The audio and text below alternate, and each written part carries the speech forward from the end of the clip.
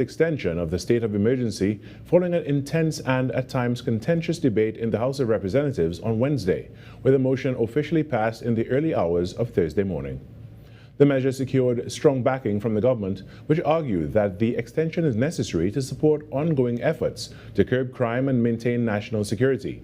However, the decision did not come without resistance, as opposition members voiced sharp objections, raising concerns about civil liberties, transparency, and the long-term effectiveness of emergency powers.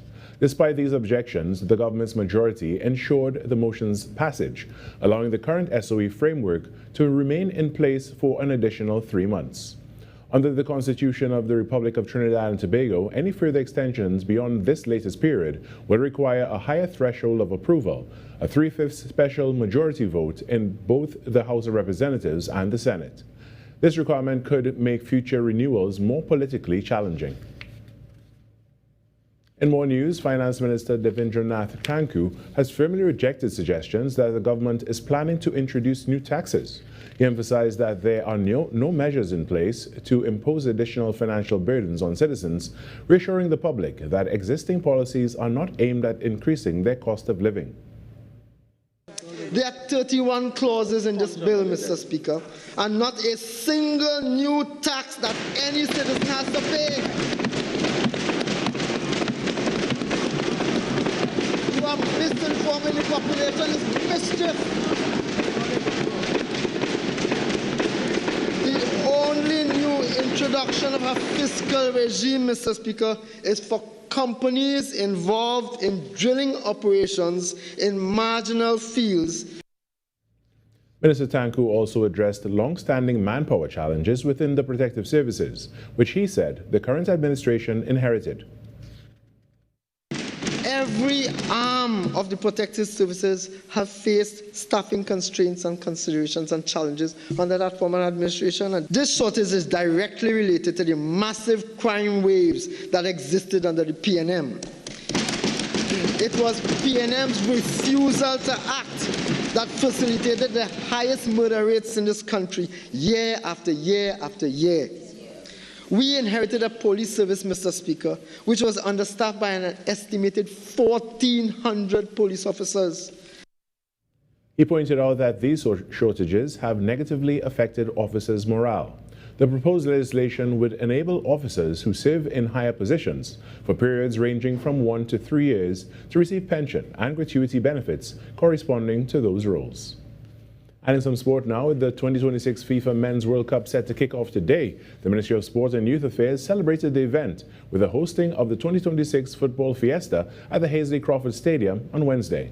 The landmark Community Football Festival featured youth teams' cultural performances along with an exhibition match featuring members of the Diplomatic Corps against the Ministry of Sport and Youth Affairs select team.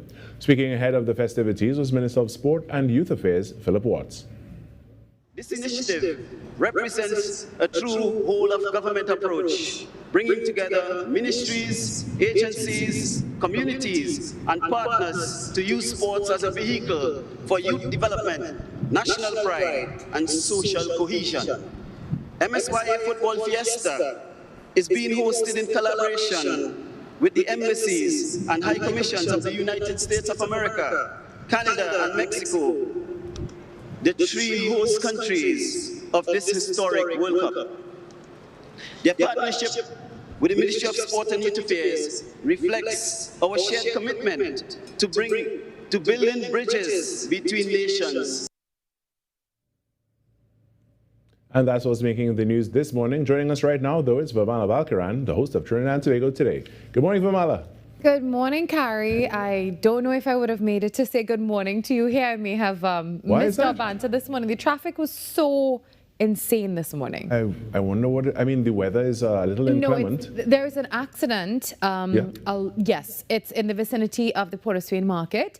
So it's just before Sealot, and that is causing some chaos. However, the car is on the wrecker, and the fire service is actually cleaning the roads now from whatever, oil would have spilled. Okay. So was that on the eastbound or the westbound side? That's on the westbound side. But of course, the traffic has already started backing up all the way from the Beetham Highway So I just want to warn you this morning, if you haven't left home yet, you probably should get going if you're heading into the capital. Right. Because it's going to be a long one and it's raining as well. So it's really sticky. And those of you who can work from home, take advantage of that today, trust me. One of these good days we might see one of us here working from home, and then you'll hear the roosters crowing that we've been complaining about. That you've been complaining about. And then in the background, you might see Carrie's plant that is about to die.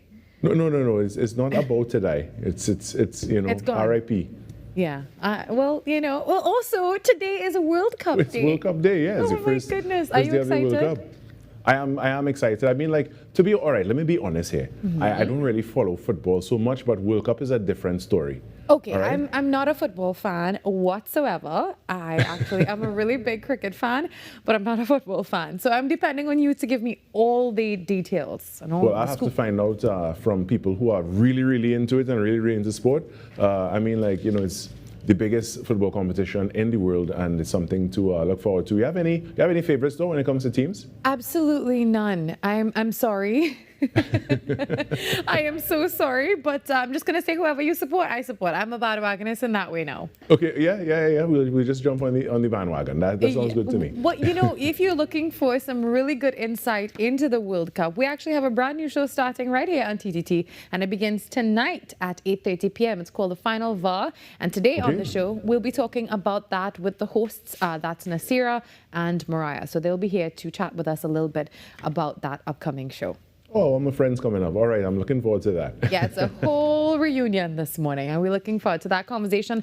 Plus, of course, Carrie, on a more serious note, remember the finance bill was debated and passed last evening in Parliament. We'll be dissecting that this morning with Dr. Valmiki Arjun. Also, the extension of the state of emergency for another 3-month period, and we'll be talking all about that with Professor Hamid Ghani. So lots to look forward to. All right, I will be locked on for sure. All right, Carrie, talk soon. All right, we will. Take care, Virmala. All right. All right, when we come back, the Trinidad and Tobago Today morning show gets going right after this short break. One day I was out playing with my friend Kevin, and he was really moody, kinda sad and angry at the same time. I asked him what was the matter. Someone in his family had been doing mean things to him. He said he had to keep it a secret. So I asked Kevin, is it a good secret or a bad secret? He said he didn't know. I explained good secrets are cool things like a surprise party or a gift for a special occasion. A bad secret is when someone hurts or harms you and tells you not to tell anyone. Sometimes they might give you little things to make sure you don't tell. That's another bad secret to keep. That's mean and controlling. Kevin said it definitely fell into the bad secret category.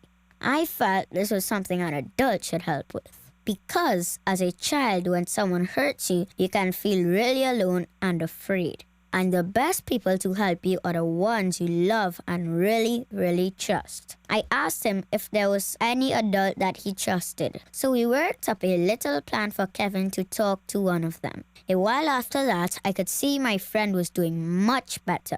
Now we tell all our pals about good secrets and bad secrets so that we can all feel brave, safe, and strong. Break the silence. Child abuse is one secret you should never keep. Coming up, hot plates, cold drinks, and chill vibes were the order of the month in Antigua and Barbuda. Top chefs, tasty menus, influencers, and foodies. The boxes were ticked, kitchens buzzing, and grills fired up. It's the one and only Antigua and Barbuda Culinary Month. It's Caribbean Passport TV on TTT. Hi, I'm Penny Gomez, and welcome to Pop. It's Stacey Sowas. Welcome to Pop. Thank you. Thanks for having me. Look who's here. We have to level up. Not that I can't compete with them young guys, because they can't perform like Oscar B. Listen, if Oscar B says so, is so. I ain't even had to sing no lyrics. Come on. Come on. Give her the prize. No. They're about popping, you know. Everything is popping. You don't need to do too much assault. So that's why she's looking. It's the best kitchen set. Well, you know, it is a gold microphone. That's a pendant on the mic. So just in case your mic wasn't working. Pull it out. Pack up. Oh, Penny. A good relation is a relation based on pop. All right, take 3. Right. I love television for that.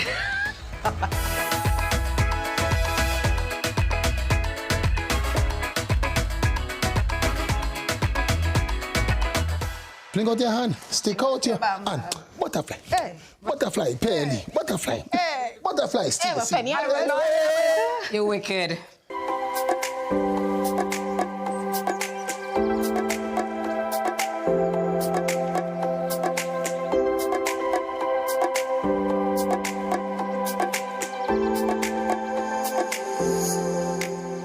Thursday, 11th June 2026. The time now it is 6:10 a.m. Good morning, Trinidad and Tobago and the world.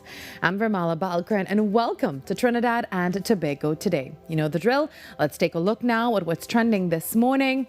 While Prime Minister Kamla Prasad-Visesa says the state of emergency extension remains necessary, saying that the fight against violent crime and organized gangs is not yet over. As she made the comments during her contribution late last evening in Parliament during the debate on the motion to extend the measure. She said the SOE is justified due to a recent escalation in violent criminal activity, including mass shootings and multiple victim incidents linked to organized gangs. Prasad-Visesa further stated there are credible threats against police officers, even prison officers and other members of the protective services. She also referenced what she described as public sentiment, saying their polling shows that the majority of law-abiding citizens support the extension and added that the measures are not a suspension of rights. Now, the Prime Minister maintained that the state is operating fully within the law and in accordance with the Constitution and reaffirmed the government's commitment to protect law-abiding citizens and restore lasting public safety. And moving on now that charges have been laid on the 26-year-old man in connection with the murder of 12-year-old Mercedes Lane, the family has issued a statement expressing their grief and gratitude. They say that from the moment Mercedes was reported missing on June 6th, police treated the matter with urgency and deployed multiple specialized units to search for her. The family also noted that officers worked tirelessly throughout Saturday night and well into Sunday morning, following every lead and treating the case as a priority from the outset. They also rejected claims that police did not act quickly enough, and they stated that from their perspective, investigators showed professionalism, urgency, and of course commitment throughout. The statement also highlighted the involvement of several agencies and individuals, including ASP Anil Maraj, MPs, councillors, search teams, and volunteers who assisted in these efforts. They said they were kept informed during the investigation and they were aware of early progress made by the officers even before the discovery of her body. The family concluded by thanking all those who supported the search and the subsequent investigation, including police units, community members, and even the funeral service providers. Well, as we said before, it is officially FIFA World Cup Day, and football fans across Trinidad and Tobago are once again gearing up for what is arguably the biggest sporting event on the planet. Now, one of the beautiful things about the World Cup is its ability to bring people together. For a few weeks, rivalries become friendly, conversations grow lighter, and people from different backgrounds find common ground in a shared love for this game. In a world dominated sometimes by heavy news, it offers a chance for us to pause, connect, and really enjoy the spectacle of sport. And this World Cup will also be experienced differently than many others before it. As you know, social media has really transformed how we consume sport, with reactions, predictions, memes, highlights, and of course those very heated debates unfolding in real time. And it really makes the supporters feel more connected than ever. However, there is one significant change for local viewers this year. For the first time, World Cup matches will not be available on free-to-air television in TNT after local broadcasters were unable to secure rights due to those escalating costs. While many fans will still follow the tournament via streaming and digital platforms, it really marks the end of an era for generations who grew up watching the World Cup on local TV. But Regardless of how you choose to watch, the excitement remains. The World Cup begins today, and the next few weeks promise passion, drama, debate, and unforgettable moments. And with that in mind, our show gets on the way as well. So grab your cup of coffee and settle in. Trinidad and Tobago Today begins now. Every client deserves expertise, integrity, and guidance they can trust. At Camino Realty International, we deliver integrated real estate solutions, sales, rentals, property management, and project development. Driven by excellence, transparency, and innovation, we protect value, create opportunity, and build lasting success. Because real estate isn't just about buildings. For more information on our services, log on to CaminoRealty.com or follow us on social media at Camino Realty TT. Camino Realty International, elevating lives one property at a time. Being connected, it means a lot because, first of all, you can't do this by yourself. When you have your phone, you always have somebody at your side. I could call for help, anything going like, you know. I'm giving children the opportunity to experience outside of their neighborhood. Digital is kind of a comfort, you feel good that people in your lives are always able to be contacted. I was with the other network and I was having problems, so I joined Digicel and I never regretted it. What if possibility was only the beginning? Welcome to Limitless, a journey where ideas become action and action becomes impact. From breaking barriers and challenging misconceptions to designing with dignity and driving innovation with heart. This series explores how inclusion is moving from concept to community in Trinidad and Tobago. Across each episode, we meet the change makers and everyday leaders turning challenges into opportunity, building real solutions that change real lives, from possibility to impact. This is Limitless.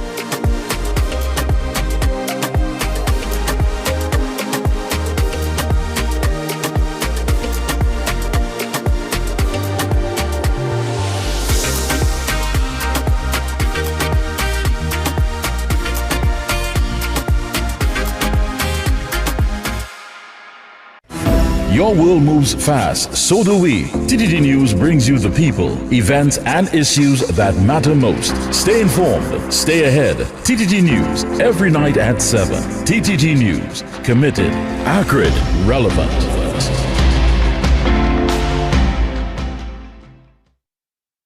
Coming up, hot plates, cold drinks, and chill vibes were the order of the month in Antigua and Barbuda. Top chefs, tasty menus, influencers, and foodies. The boxes were ticked, kitchens buzzing, and grills fired up. It's the one and only Antigua and Barbuda Culinary Month. It's Caribbean Passport TV on TTT.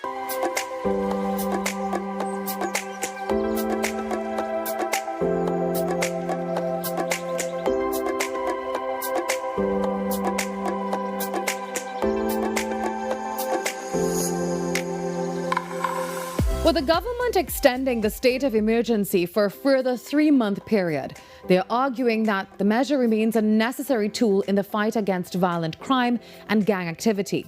The National Security Council has also reported meaningful disruptions to criminal activity during recent emergency periods. Well, joining us this morning to examine the significance of the extension and what it could mean for national security is political scientist Professor Hamid Ghani. Good morning, Professor Ghani. Good morning. Well, thank you for joining us this morning and weighing in on all of this. And, Professor, you've listened to the debate on the SOE extension. So what stood out to you most, both in terms of the arguments and the tone of the discussion? Well, I think that one of the things that did strike me was the fact that the argument about the reason for having the state of emergency appeared to have remained exactly the same as it was back in March. And I think that what emerged here was a situation that we are facing violent criminal activity in the society, which has gestated over a very lengthy period of time, and that overnight you are not going to be able to undo this.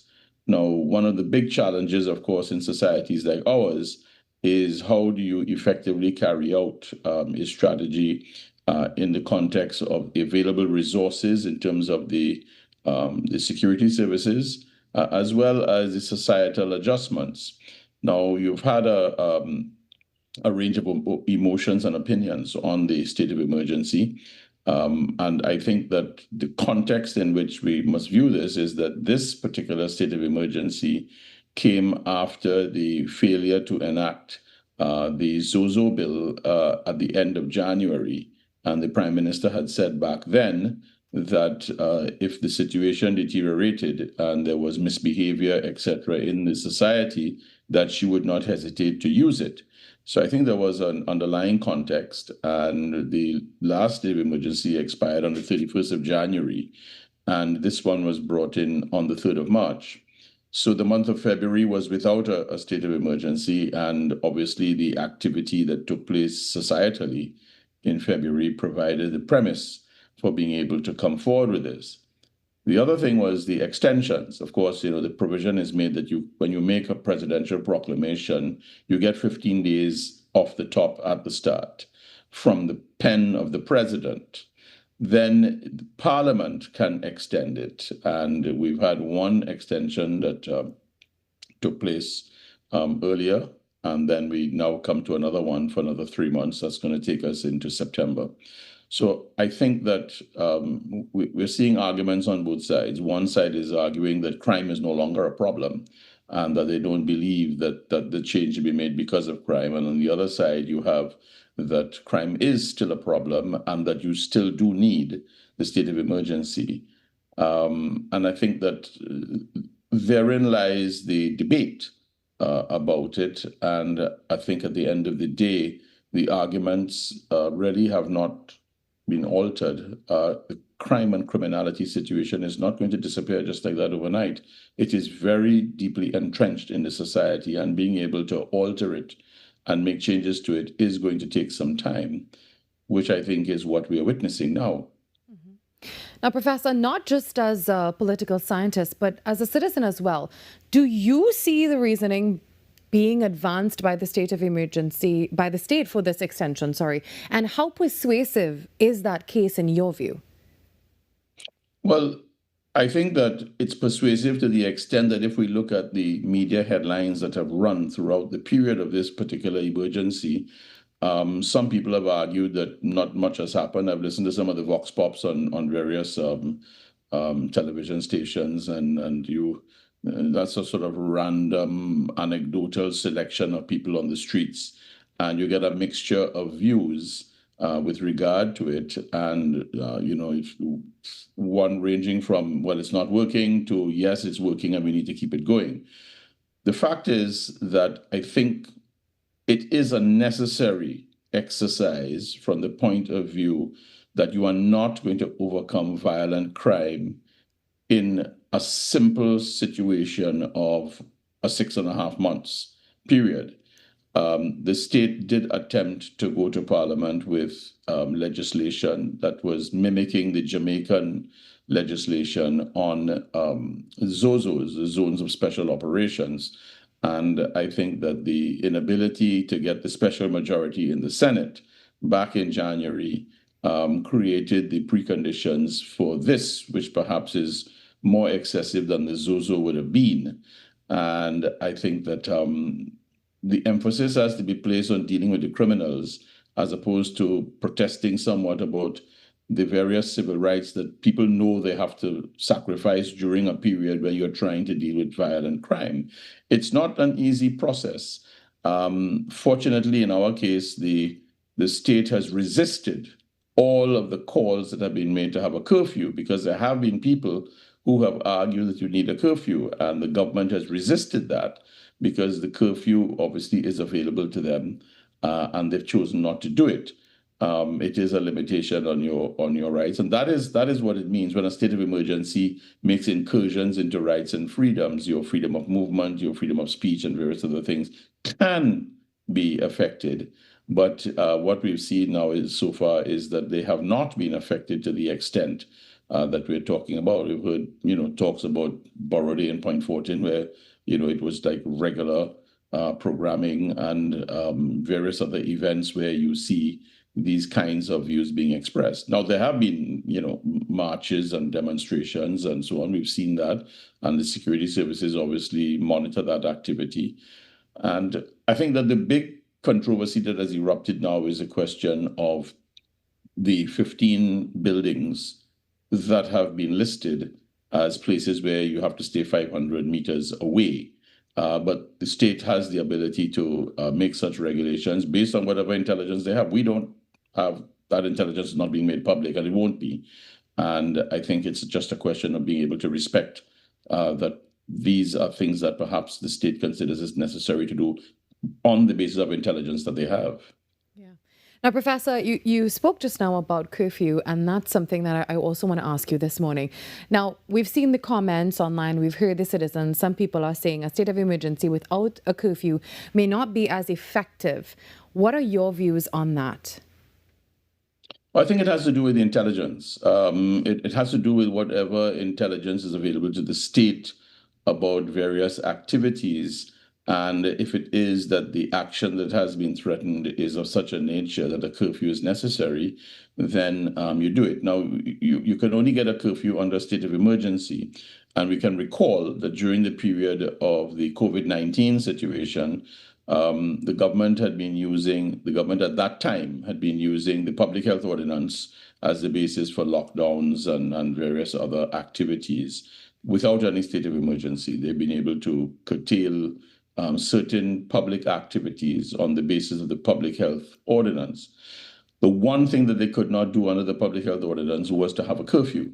So they had to declare a state of emergency in May of 2021, in which they declared a state of emergency so that they could have a curfew.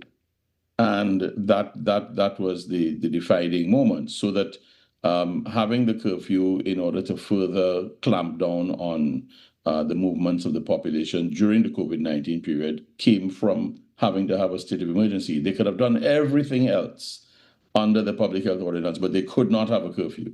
So they needed the state of emergency to have the curfew. And then after that, when they lifted the emergency, no longer was the curfew available. The curfew has been available to this government since July last year, when they had the first state of emergency, up until the end of January. And then from March 3rd this year, coming forward, the curfew has been available, and the government has resisted the idea of imposing a curfew. So it is something that, based on the intelligence that is available to the government, they would make a determination as to whether or not a curfew is necessary. And the National Security Council does get information from the various security heads as regards the activities and what they're doing. So the curfew has not been put in, even though it is available to the government as a tool. Now, Professor, the Attorney General also broadened the discussion to include both blue-collar and white-collar crime as well. And he suggested that organized crime and criminal activity exists across different levels of society. Let's talk a little bit now about that expanded framing, and what does that say about the state's approach to crime, and how does it change how we should think about what an SOE is actually being used for? Yeah, well, the SOE is being used to deal with the crime issue. That is the central reason and basis for it. And regulations are made, or an act can be passed during this period of time that specifically has effect only during the period of the emergency, or you make regulations. There are two ways in which the state can proceed. Only once have we seen that you've had an act of parliament. That was back in 1971. Act number 29 of 1971, when legislation was specifically passed to deal with the situation at that time. But normally, and since we've had the Republican Constitution, states of emergency have proceeded on the basis of regulations being made under the authority of the proclamation made by the president that is extended or has been extended over periods of time. So you have that situation, and regulations has been the preferred way to go. You make regulations as you see fit. And I think that there is perhaps a bit of a misapprehension that somehow you don't have the ability to challenge things in society, and that you are operating on the basis that no legal challenge is available. Yes, you can. Section 7, subsection 3 permits persons to challenge actions taken on the emergency, but on the challenge can take place on the ground of whether or not the action is reasonably justifiable. So that I think that, I've heard a lot of talk about legal challenges, and I think that the issue of legal challenges is something that can take place in the context of an emergency. But you're not going to challenge a constitutionality because it's the Constitution that is making provision for this. But you can challenge a reasonable justifiability. That's a different test. That is the test of arguing before a judge that the action that has been taken or the regulations, etc., are not reasonably justifiable to deal with the situation that you have at hand. Now, that is obviously going to be a tall order to be able to prove that something that has been prescribed by the state to deal with the emergency is not reasonably justifiable. So I think we need to be very clear. Yes, you can challenge in the courts, but you're not challenging constitutionality. You are challenging reasonable justifiability. And that's something different. You have to convince a judge that what has been done is not reasonably justifiable. And the state will obviously make its case before the court. So, I'm seeing all kinds of activities. People are going about their business. You've had public meetings, you've had some marches, you've had candlelight vigils, you've had various activities going on, and political meetings going on. So that to the extent that there are restrictions, it is the decision of the state whether or not to impose restrictions during the period. There's been no curfew to date. There are issues with regard to what the state's intelligence is telling it, which they're not going to reveal in the public domain, and they have to take certain actions to deal with the situation. So far, the gravity of that in terms of curfews and so on, we haven't gotten to that level because the situation is being handled as we go. They've got 3 more months from the 17th of June, with the extension having been approved in the wee hours of this morning, to be able to see where this is going to go. But blue-collar and white-collar crime has been an issue that people have been talking about for years. The late Patrick Manning spoke about a Mr. Big. No one knows whether Mr. Big has ever been found or not, and so on, and we have no idea. But that's just an example of perhaps the white-collar side of the equation. Well, Professor, my final question for you this morning. Looking ahead now, what indicators should government really be looking at during this extension period to determine whether the SOE can realistically be wound down now?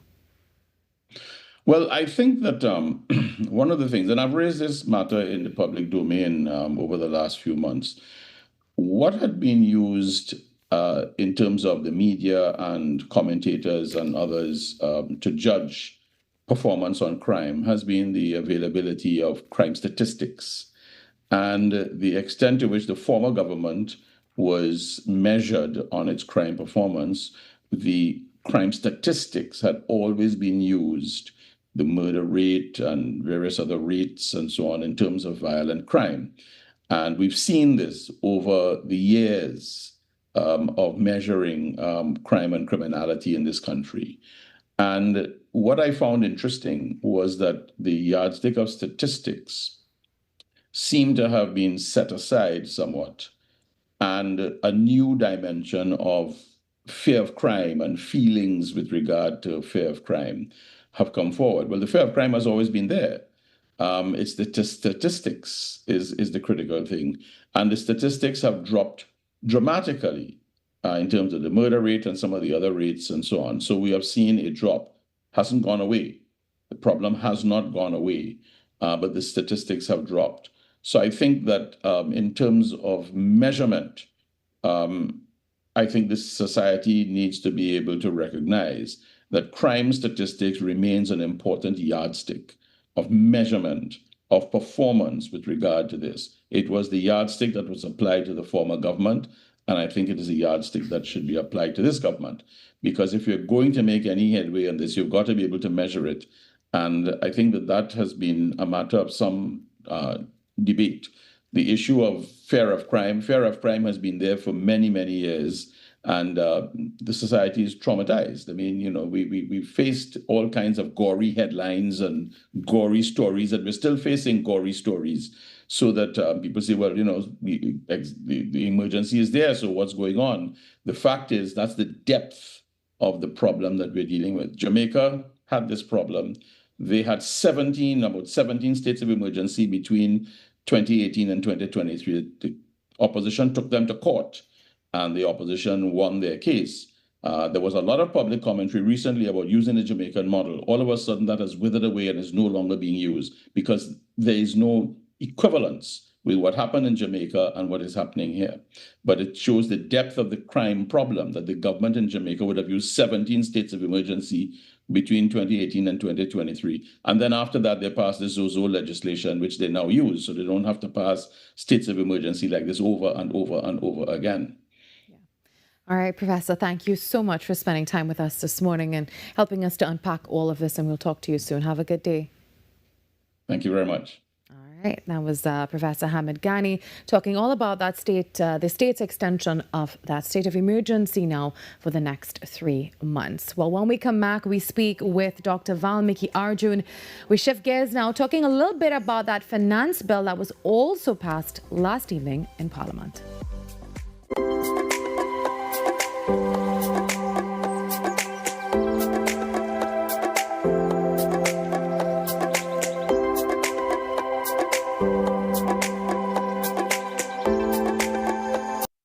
Ready to brighten your space the right way? Don't settle for the ordinary. Step into brilliant. At Trinity Lighting Etc. Limited, we bring you over 20 years of experience in bulbs, specialty lighting, and hard-to-find lighting parts. Not sure what you need? Our knowledgeable team is ready to guide you, whether it's for your home, medical, commercial, marine, or business. We deliver quality you can trust at prices you love. Visit us today at 123 Western Main Road, St. James, or call us at 628-8373 or WhatsApp at 461-8620. Check us out on email at trinityetc@yahoo.com. Trinity Lighting Etc. Limited. We light up your life.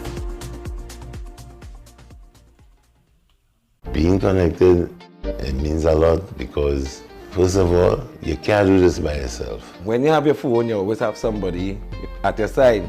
I could call for help, anything going on, I'm giving children the opportunity to experience outside of their neighborhood. Digicel is kind of a comfort, you feel good that people in your lives are always able to be contacted. I was with the other network and I was having problems, so I joined Digicel and I never regretted it.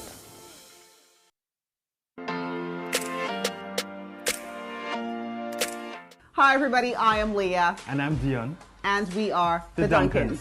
Listen, we're here to tell you about a project the Lord has given to us called the Marriage Confessional. It is geared toward married couples, those that are on the road to marriage, and those that want to get married one day.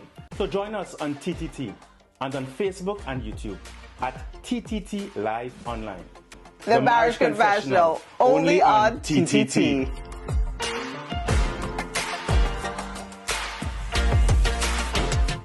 Up for this exciting challenge and confident about your business? If you are, the 10-20 feature is just what we need. It's where you give your customers 10 reasons in 20 seconds why they should shop by you. This fun-filled feature will be captured, packaged, and aired on television and promoted on social media simultaneously. Small, medium, and large businesses call or WhatsApp 764-3378 or 313-4215. Let's feature your business. 1020 with Junior K. It's affordable, effective, and fun. If it matters to you, it matters to us. We report the news. Real stories in real time. TTT News, nightly at 7. TTT News, committed, accurate, relevant.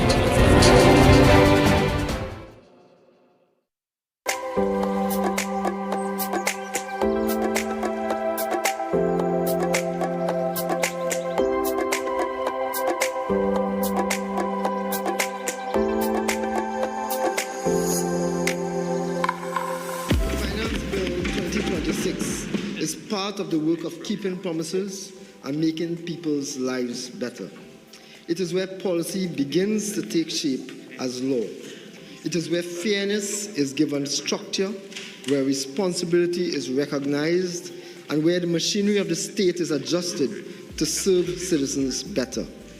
Mr. Speaker, the opposition has already tried to make mischief with this bill. Those opposite have told the country that this finance bill is about tax, tax, and more tax. Nothing, Mr. Speaker, nothing could be further from the truth.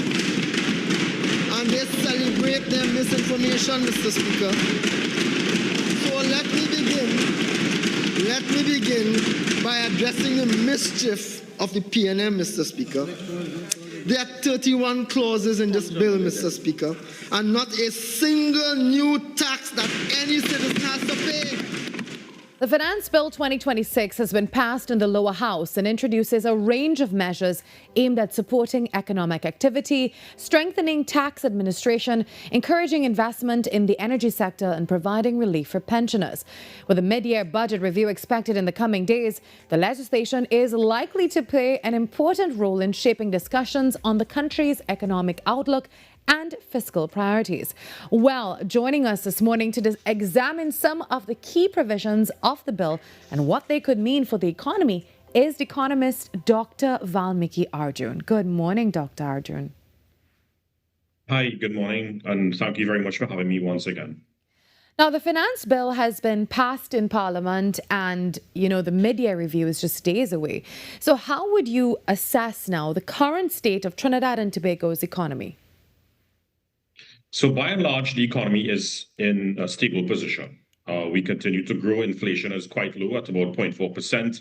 Unemployment has improved. It's currently at about 4.3%, and we continue to maintain that current account surplus where our exports exceed our imports. And of course, our financial system remains very, very sound.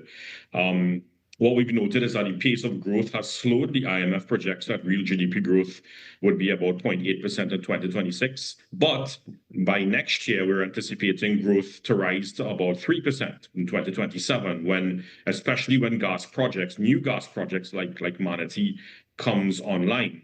But what I want to point out, and I think it's quite important, is that there is room to push these numbers up for both this year and next year once we start acting quickly and strategically.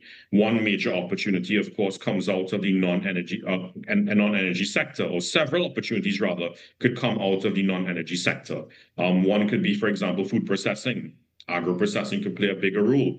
We have the new agro-processing facility at Bridgeton Castle, for example, that can help farmers move beyond simply producing raw crops and into transitioning into higher value products like packaged foods, seasonings, frozen items, sauces, etc., condiments, and other processed foods, which it removes waste in agricultural produce and creates more business activity, more jobs, stronger linkages between agriculture, manufacturing, transport, packaging, retail, etc., and of course, helping to reduce our food import bill and boost the exports of agricultural earnings. We're also seeing that because of high oil and gas prices internationally, that is likely to very well mean that our revenue status is improving, giving us some much-needed breathing room.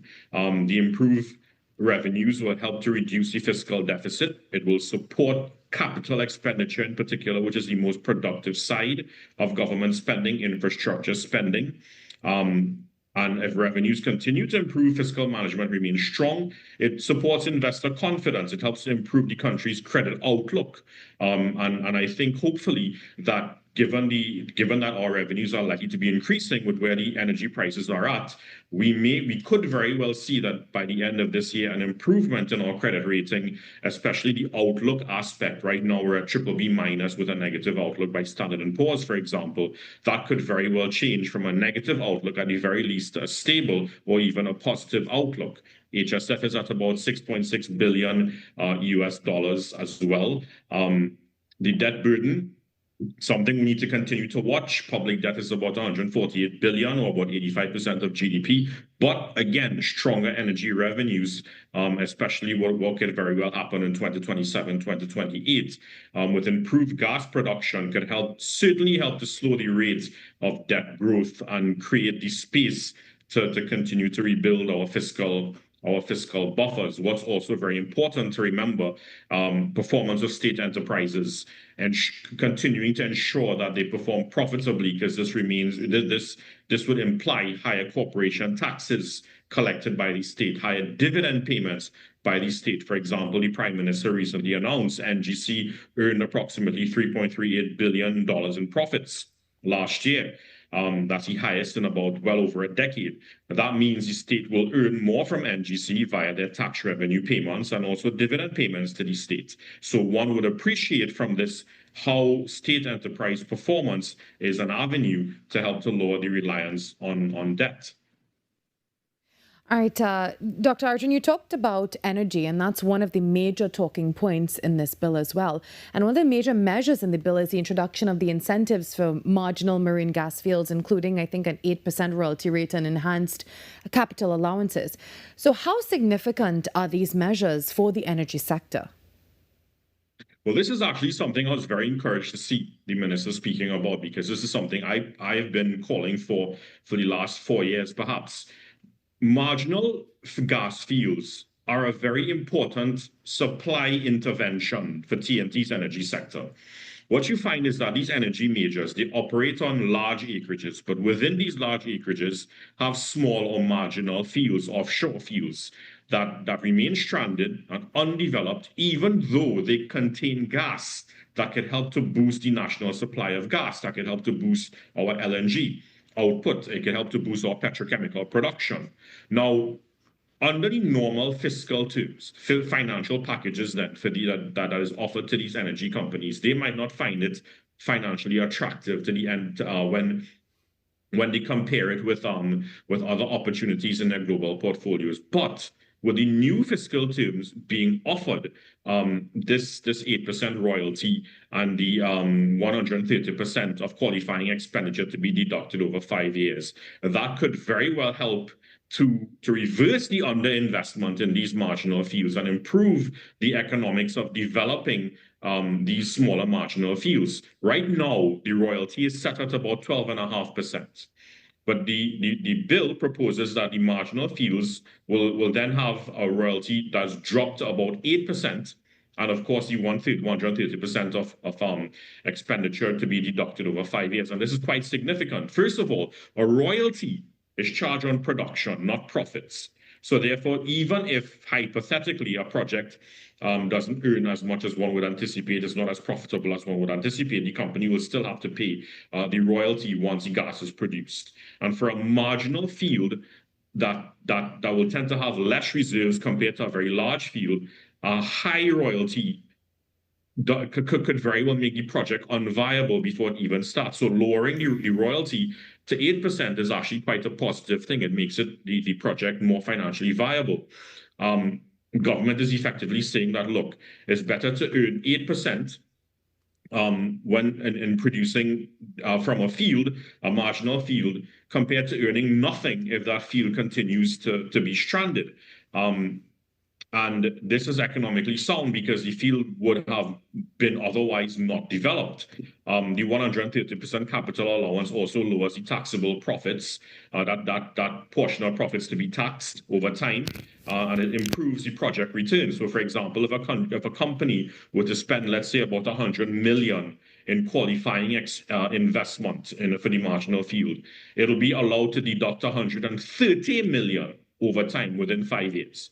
And that, of course, improves the cash flow for the company, helps the project to meet their investment thresholds. And what's also important is that it could attract smaller and medium-sized upstream companies that might not have a major presence in Trinidad and Tobago. So while these large acreages, the larger acreages might be controlled by Shell or BP, BP might say, the smaller international companies or the medium-sized international companies may very well decide to approach Shell or BP or the government of Trinidad and Tobago to lease these smaller fields from Shell or BP in order to take advantage of this new fiscal package. Companies like Talos Energy, Matador Resources, even some companies from India as well may very well find that this package could be financially viable to them, and they, of course, because they're close to the larger acreages or within the larger acreages, they could benefit from making use of nearby infrastructure that could reduce their development costs, etc. And shorten the time to production. So what it really means is that our gas supply over time, especially within the medium term, could very well improve once companies take advantage, energy companies take advantage of this new fiscal package, and once we can use this fiscal package to attract new energy players into the market, making it even more competitive. Now, I want to touch a few areas here. You just spoke about energy production, but what benefits could these incentives also bring in terms of investment, employment, and, very important, foreign exchange earnings? Right, so the wider economic benefits are certainly important, certainly substantial, especially if this leads to several of these marginal gas fields coming online. Remember, every ounce of gas matters. And gas that remains underground is not doing anything for us. It's just wasting away. So more gas that is extracted, even from the marginal fields, it means better supply security for LNG production and the petrochemical plants. It could improve plant utilization, support more production of liquefied natural gas for exports, of petrochemicals like methanol, for example, strengthen, of course, our foreign exchange earnings when these commodities are sold on the international market, but it also means it generates royalties and taxes for the government, revenues for the government then, and for the energy support or the energy services companies like, for example, local contractors, marine services, engineering companies, fabricators, logistics firms, and the list go on and on.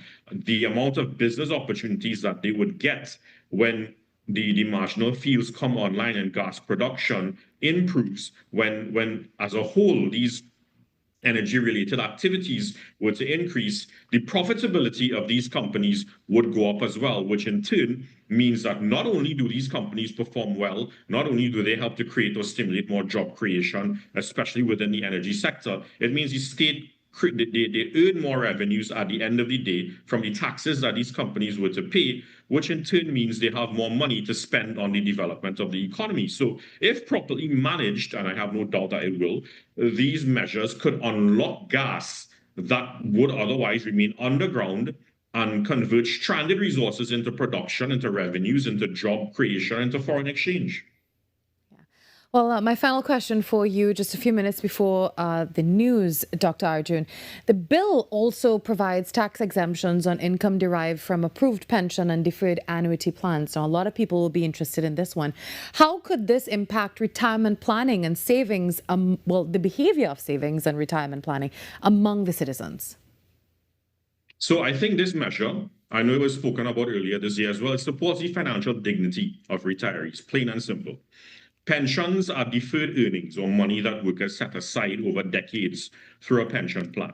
So previously, taxing them would have placed an additional burden on people who acted responsibly and prepared for retirement through this the pension plan.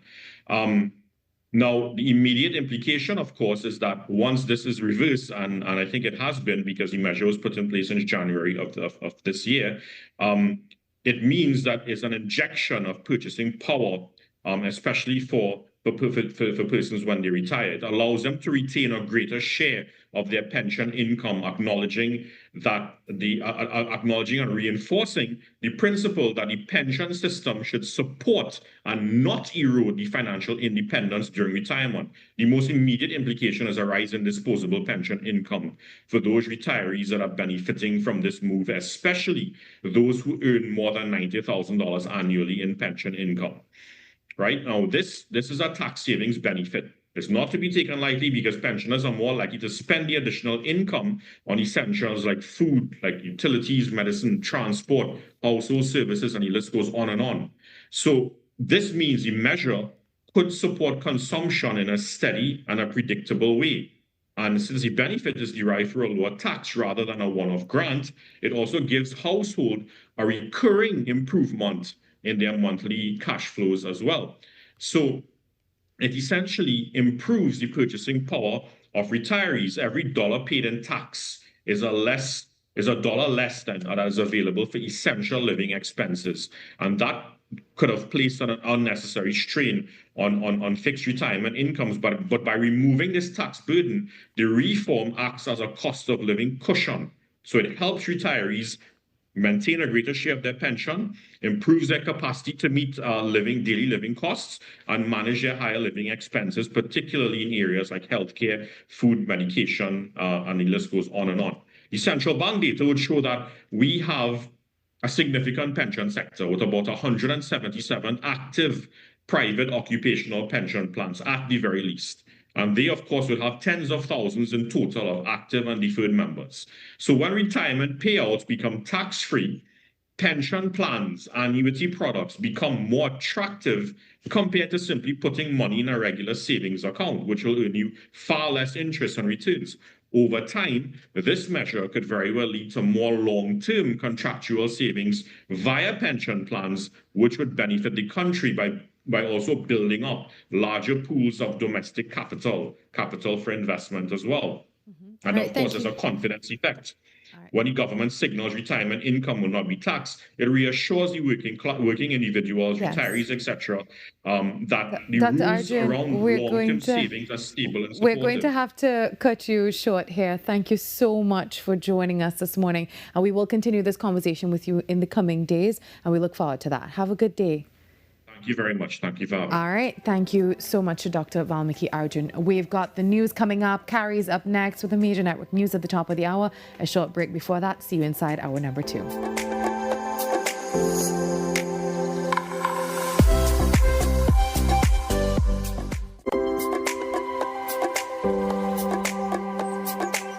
Being connected, it means a lot because first of all, you can't do this by yourself. When you have your phone, you always have somebody at your side. I could call for help, anything going on, you know. You know, I'm giving children the opportunity to experience outside of their neighborhood. Digicel is kind of a comfort, you know, you feel good that people in your lives are always able to be contacted. I was with the other network and I was having problems, so I joined Digicel and I never regretted it. Every client deserves expertise, integrity, and guidance they can trust. At Camino Realty International, we deliver integrated real estate solutions, sales, rentals, property management, and project development. Driven by excellence, transparency, and innovation, we protect value, create opportunity, and build lasting success. Because real estate isn't just about buildings. For more information on our services, log on to CaminoRealty.com or follow us on social media at Camino Realty TT. Camino Realty International, elevating lives one property at a time.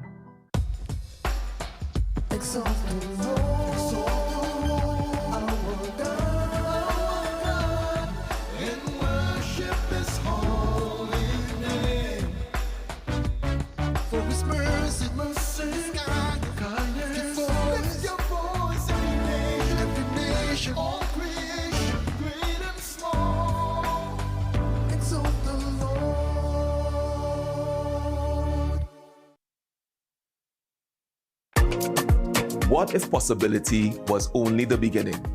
Welcome to Limitless, a journey where ideas become action and action becomes impact. From breaking barriers and challenging misconceptions to designing with dignity and driving innovation with heart. This series explores how inclusion is moving from concept to community in Trinidad and Tobago.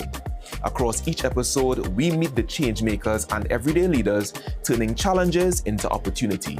building real solutions that change real lives, from possibility to impact. This is Limitless.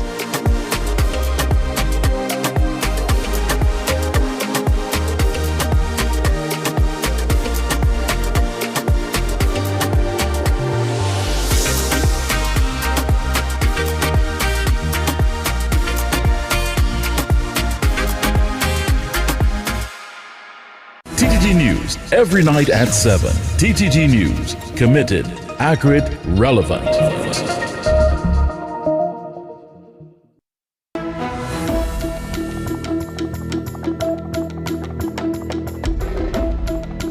Good morning, this is your TTT News Update. I'm Carrie Roberts, making the news at this time. A 26-year-old Palo Seco man is expected to appear in court today, Thursday, days after the body of 12-year-old Mercedes Lane was found in Erin.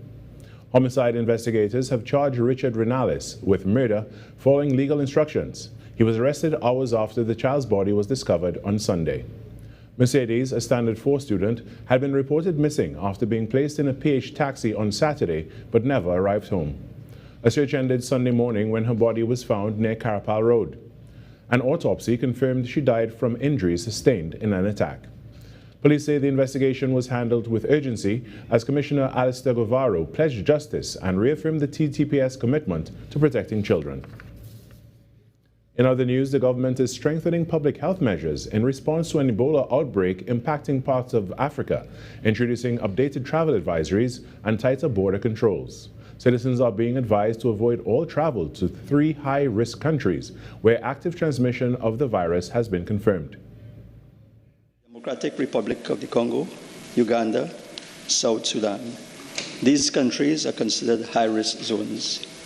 It is to be noted that the World Health Organization, WHO, has officially declared this outbreak a public health emergency of international concern. Citizens are also being advised to exercise extreme caution when traveling to 9 additional African countries, identified as high risk by the African Centers for Disease Control and Prevention. These countries are as follows: Angola, Burundi, the Central African Republic, the Republic of Congo, Ethiopia, Kenya, Rwanda, Tanzania, and Zambia. The health minister is advising citizens with planned travel to affected countries to consider postponing or cancelling their trips and to continue monitoring updates from the Ministry of Health and the WHO. In more news, Western Division Police say a decline in serious crime is being driven by targeted operations, intelligence-led policing, and stronger partnerships with communities. However, Senior Superintendent for the division, Sylvester Williams, acknowledged that challenges still persist. Based on the most recent analysis for the period 1st of January 2026 to the 8th of June 2026, the division has recorded a 16% reduction in serious reported crimes. And this when compared to the corresponding period last year, from 363 in 2025 to 304 in 2026. Senior Superintendent Williams emphasized that while increases have been recorded in kidnappings, break-ins, and fraud-related offenses, investigators have already made arrests in several kidnapping cases, while a suspect believed to be linked to multiple break-ins in the St. James district is currently in custody. Police have also intensified operations under SOE powers, increasing searches and targeting priority offenders, with 24 preventative detention orders issued. 232 arrests, 33 firearms found and seized, which represents the highest number of firearms found and seized per division, 927 rounds of ammunition found and seized, 657 grams of cocaine, 7,833.19 grams of marijuana, as well as 49 marijuana trees. He said public education and communication remain central to the division's crime-fighting strategy, with officers continuing outreach through community meetings and school programs to strengthen trust and encourage public participation in crime prevention. And in sport, Trinidad and Tobago midfielder Malik Khan says that TNT can contest with the likes of Russia, but that they must learn to start on the front foot much sooner. Khan, who started the match, was speaking following TNT's 3-0 loss versus Russia in an international friendly. To be honest, for me, it's always a pleasure to start for the country and to play for the country, obviously. I wasn't too phased with the atmosphere, I was more or less focused on the performance, and for me, I'm just always grateful to represent the country. Yeah, the team, if you check the ranking, they are high on the ranking, obviously, but I think, on the field, we gave up some soft goals, but I think we can contest with them if we really put our mind to it, and if we learn to start games earlier instead of reacting and being proactive instead. And that's what's making the news at this time. After the break, Virmala is back in the second hour of Trinidad and Tobago Today. Hello everyone, I'm Pastor Lisa Singh from Heavenly Grace Ministries in New York, and I want to take this opportunity to invite you to join me right here every Sunday morning at 6:30 a.m. It has been a fantastic 2026 so far, and the Word of God has just been unraveling in ways that we can only imagine. So I don't want you to miss out. Remember, every Sunday morning, 6:30 a.m. right here. Looking forward to being with you.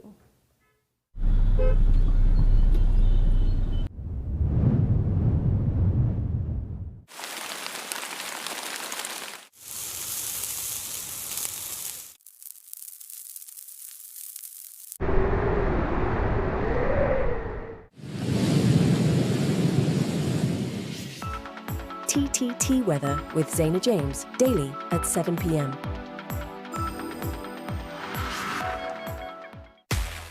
Hi, I'm Penny Gomez, and welcome to Pop. It's Stacey Snowers. Welcome to Pop. Thank you. Thanks for having me. Look who's here. We have to level up. Not that I can't compete with them young guys, because they can't perform like Oscar B. Listen, if Oscar B says so, is so. I ain't even had to sing no lyrics. Come on.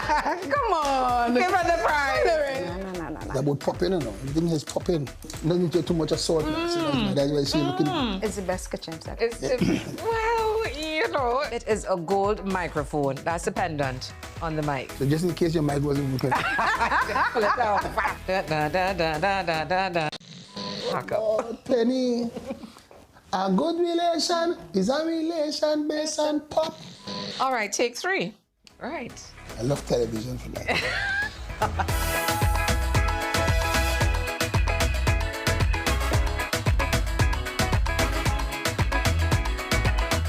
Fling out your hand, stick out your hand. Butterfly. Hey. Butterfly, Penny. Butterfly. Hey. Butterfly, Stacey. Penny, You wicked. I'm Jamila Bannister, host of the Socially Safe podcast, the new TTPS podcast where we share real stories, teach real lessons, and create real impact. From online safety and youth crime to community policing and personal responsibility, we go beyond the headlines and talk about what's happening in our communities with the officers and experts who are on the front lines. Because safety starts with awareness, conversation, and action. Tune in to the Socially Safe podcast on the TTPS YouTube channel, listen on Apple Podcasts, and on Spotify. Don't miss it. Watch on TTT, Mondays, 6 p.m., Tuesdays, 1:10 p.m. You are dearer to me than all the stars. So many wish but never reach. 'Cause when I'm falling and all the world seems dark, you help me find my peace. Oh, shun mi ba vijani. Oh, shun mi ba yeah. Oh, shun mi ba vijani. Arubita, yeah, yeah, yeah, yeah, yeah, yeah, yeah, yeah, yeah, yeah, yeah, yeah, yeah.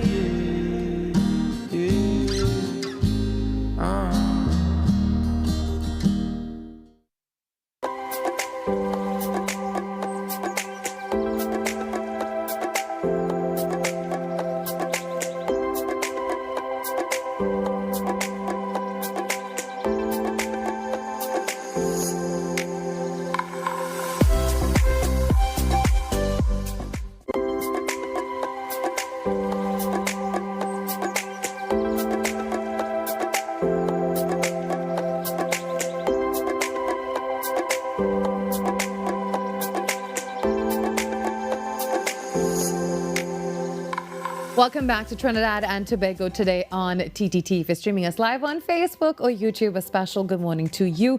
How's the traffic going for you this morning? There was an accident a little earlier in the vicinity of Sealots, and that was causing a major backup. So feel free to let us know in our comments, or of course send us an email at tttoday@ttt.co.tt. Well, continuing with the show this morning, it is Tobago Thursday after all, and in less than 2 weeks, the Tobago House of Assembly will present its 2026-2027 fiscal package on Monday, June 22nd. And this year's budget is anchored on a new 4-year roadmap for the Pathway for Prosperity blueprint, with $164 million recently shifted into development. How will these funds transition Tobago toward economic resilience and future self-governance?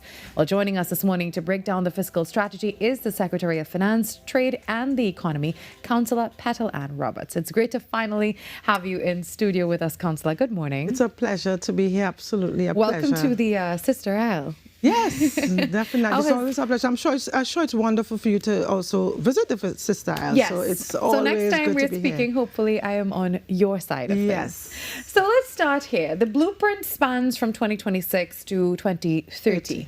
Now, what are the immediate non-negotiable milestones Tobagonians will see targeted in the specific 26-27 fiscal package? So the blueprint is a wide document. There's several very, very critical areas. We have, I can't even count the number of key focus areas. But the blueprint actually emanated from the Strategic Development Planning Pathway. We do have a 20-year, I want to call it a plan, but it's a pathway to prosperity, to Tobago becoming the greatest little island on the planet. So that is the ultimate goal. So we looked at what does this look like? And these are the key focus areas we have to achieve to get to that place. This year, this fiscal 2026-2027 that is coming up is the first installation of the Strategic Development Planning Pathway, and we are focusing on a 4-year plan. It is the blueprint Pathway to Prosperity 2026 to 2030, as you just said. So we are going to focus in this budget on some key focus areas: sustainable tourism, food security and food sovereignty. We want to build out a strong institutional capacity. And what that means is that the public service must be modern and efficient. It means that we're going to be doing a lot of training, using digitization, AI tools to bolster public service delivery. We're going to focus on climate resilience, climate adaptation, and environmental sustainability in everything that we do. Very important, social inclusion. We're going to focus on the differently able societies as a society. Sometimes we forget about them, but we are going to focus on integrating and ensuring there are equal opportunities for the vulnerable, focusing on the differently abled. Public infrastructure, housing. Coastal protection is also important. Tobago is suffering from coastal erosion at a very rapid pace, to the point where we had to lean on CAF to get some funding to treat with Pigeon Point. Pigeon Point is one of our key attractions in terms of beaches. So we're going to do some coastal protection works there. We also have areas such as Plymouth Grange that is suffering from coastal erosion at a rapid pace. Another key focus area is digitization. We want to roll out digitization throughout the island. We want to be a digitally intelligent island. So those are the focus areas, but that doesn't mean that areas such as health, education, youth do not get the kind of attention that they needed. They will. But these focus areas, because the blueprint outlines some focus areas, we are focusing on these because we want to adopt a culture. I'll tell you, for instance, climate resilience and climate adaptation, people will ask, what is that? We want to sensitize persons that the climate is changing and therefore we must adapt in a sustainable way. Also, we have to build out infrastructure to treat with it. We have floods, we have hurricanes, we are in the rainy season now. And where we are positioned, we are actually positioned to be affected by these climatic changes. So social inclusion, there are vulnerable groups in society that we sometimes forget. We want to foster a culture in Tobago where every single Tobagonian must have equal opportunities. So that is why these are key focus areas, but as I said, it doesn't mean that we're going to neglect the other area. The other areas will be addressed as well. Yes. But the budget will speak to this. Constitutional autonomy. Tobago is looking for greater autonomy. And therefore, we have built out an assembly now that will take us to that place. We now have a division of legal affairs, and they are charged with responsibility of getting us to that place of constitutional autonomy. We had draft bills, as you know. There were several bills that were not accepted. They didn't go forward. We're going to go back with those draft bills, take out the relevant areas, clean up and sanitize the document, speak to Tobagonians and say, is this what you want? And we're going to take these legislative documents to the cabinet, to parliament, and ensure that we get them passed. We have been in constant conversation with the central government, and they know where we are at and what we want, right? So those are the key areas of focus in fiscal 2026-2027 budget. Now, with the cap on recurrent expenditure and the transfer funds, you've also assured the public that salaries will remain unaffected. Unaffected. So how do you maintain that fiscal guardrail while simultaneously absorbing the $74 million in arrears and salary increases for Tobago's teachers? Well, I don't think that's an absorbing. At the mid-year review, we expect that the government will actually transfer an additional. So in addition to the $2.9 billion we will receive, I'm expecting to receive an additional $79 million for the teachers. Teachers, they had their collective bargaining agreement. They received their increase. So it is the time where we roll out and pay them what is due to them. So I expect that we will get that at the mid-year, so teachers will be getting their arrears on the last agreement that was signed off. Yeah. Now I know that you recently met with the Finance Minister, Yes. Devindranath Thakur. So while a specific final figure wasn't requested during your prelim talks, how confident are you now that the national budget later this year will truly honor the unique per capita development that is needed for Tobago? Virmala. Every year we make requests, and last year was no different. I requested 3.7 billion. We received 2.9 billion from central government, and I am hopeful that the government will take it into consideration the development deficit that Tobago has been suffering from. I've had several meetings with the Minister of Planning as well. We met with international agencies because at this point I don't think the government is able to bear the fiscal burden of development expenditure, and we have to lean on international agencies for additional funding. So I'll give you an example. I understand that the World Bank, they have recently opened an office here. They are now domiciled here in Trinidad, which is a good thing for us. And they have a program that can actually grant funding for private contractors to do housing. So rather than the Tobago House of Assembly having to look for $300 million to do housing, they have a program where they empower private contractors in a program to do housing in Tobago. We want to capitalize on those things. So even though the government may not be able to allocate the funding that we have requested, we are also looking at the private international bodies and the banks and the development agencies for funding, not only for finances, but also for technical assistance, because we want to do some things on our own, right? So we are leaning on them, and I'm hopeful that, this budget will be even better than what we have received in fiscal 2026. But what we receive in fiscal 2026, for more or less, we are satisfied. Because as you indicated just now, I had to shift $164 million from recurrent to development. It just meant that I had to suppress in certain areas. And as I'll say it again, that employment expenditure and employment allocations will not and will not be touched. As a matter of fact, when I did my exercise for the final tranche to be moved, because I've moved 164, I intend to move some more. I don't know how much yet. I have a cap. But I cannot touch employment expenditure because we do have persons employed and we have to build out several divisions, and those divisions were created in January. So we have to build out these institutions, these divisions, for both the execution of the blueprint and we are preparing for constitutional autonomy for Tobago. Councillor, before we wrap up, what's your message to Tobagonians this morning as we prepare this fiscal 2027? You're saying wrap up, but I just arrived.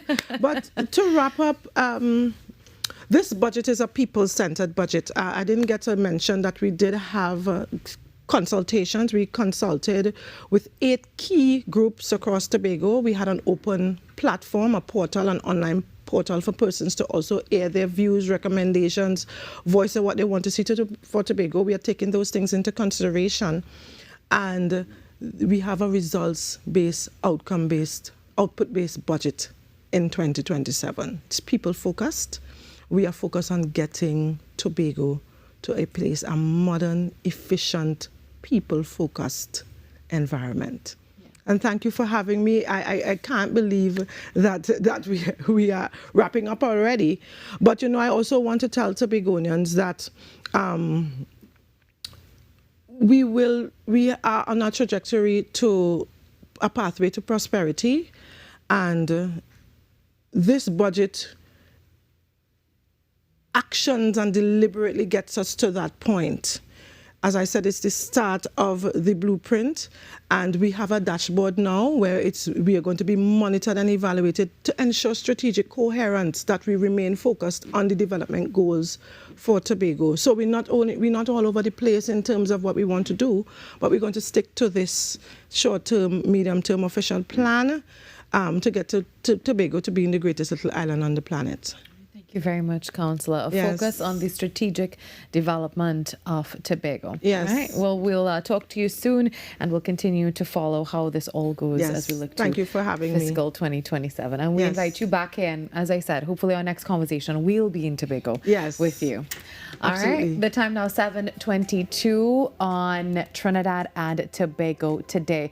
Remember, if you see anything here that you want to see a little bit later on, of course you do. All you have to do is head across to TTT Live online. If you have a story idea, press release, or you simply want to collaborate with us, you know, we'd love to hear from you. So send us an email at tttoday@ttt.co.tt, and you can be a part of the conversation that's shaping our nation. Trinidad and Tobago Today, all the news you can trust, and of course, all the stories that matter. Much more when we come back.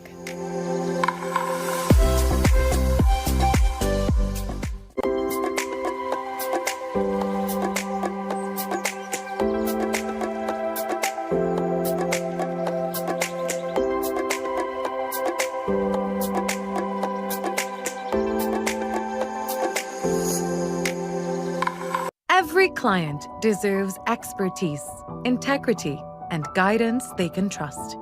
At Camino Realty International, we deliver integrated real estate solutions, sales, rentals, property management, and project development. Driven by excellence, transparency, and innovation, we protect value, create opportunity, and build lasting success, because real estate isn't just about buildings. For more information on our services, log on to CaminoRealty.com or follow us on social media at Camino Realty TT. Camino Realty International, elevating lives one property at a time.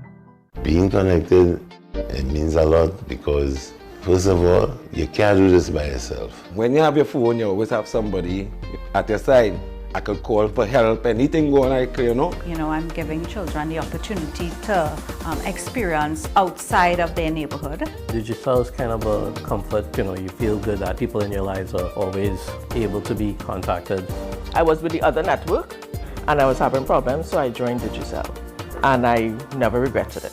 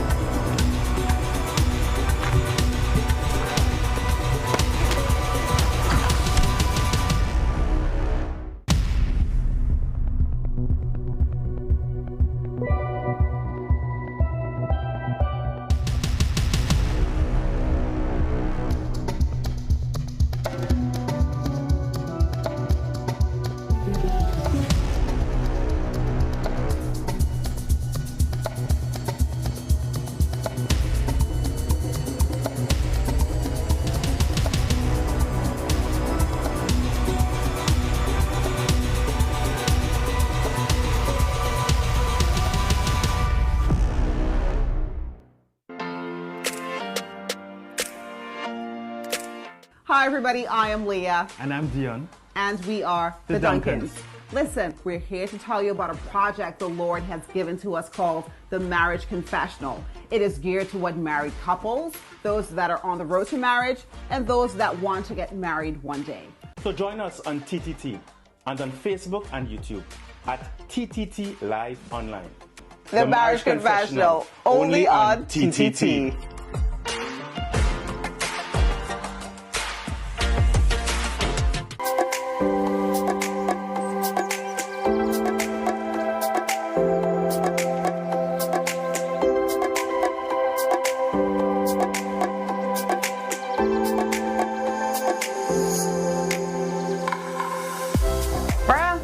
You know, I have a bone to pick with you.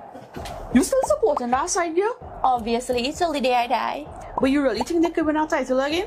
You do know we are the defending champions. We have a player that's going to have a fairy tale ending. You do know that we come with a lot of experience and a whole bunch of youngsters. Yeah, but sentiments don't win your World Cups.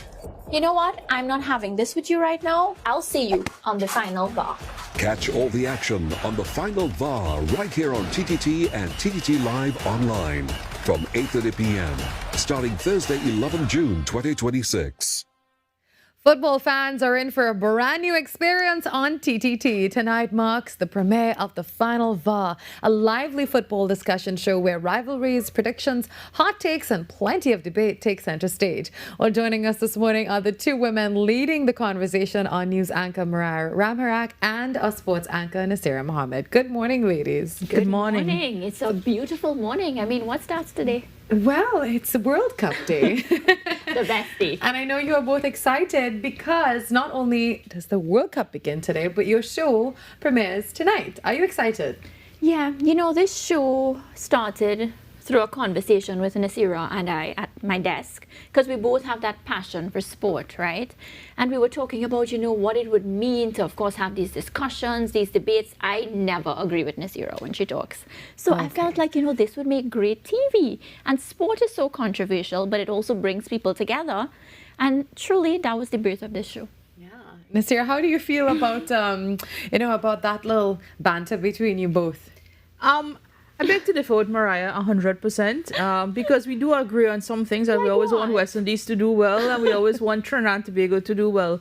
But other than that, we have our differences, but we can agree to disagree and be friendly rivalries. Oh, wow, very political. I agree. So what can our viewers expect when they tune in tonight at 8:30? I think exactly that. You're going to get a lot of fun. You're going to get the facts, analysis. We have a top lineup of guests. We're bringing in some of the former footballers from Trinidad and Tobago. I'm talking about ministers. I'm talking about people that would have walked the path before.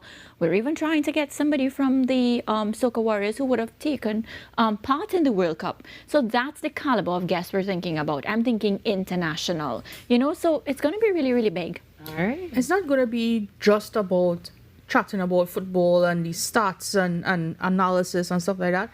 We're going to get the people of Trinidad and Tobago involved in it. So this is as much your show as it is our show. So it's highly interactive. Very much so. We're just bringing the vibe. I mean, sport is something, and I always say I had the pleasure and I get to work in something that I enjoy. Can you imagine watching sports and being paid for it, talking about it? Like, that's the dream. And I think, as Nasira said, we're going to get the public involved. We have a segment dedicated for the public where we're coming out to meet you. We're going to go to the bars, the restaurants, and we're going to just have a good time. I love having a good time. Our promenade. Really? You might just see yourself on the final VAR. So we can expect you both to be arguing about something, you know, in a different location. Can we say debating? It sounds like so bad. It sounds proper. So what are your predictions / favorites going into the World Cup games? I mean, like, I didn't just swear this for no reason. Argentina has been my side. I realize that very passionate about it as well. Yeah, from a very young age. I grew up in a household where, you know, they loved, Lionel Messi, and that is what I knew. My first sporting shirt was not a West Indies shirt, you know. It was actually an Argentina shirt. Yeah.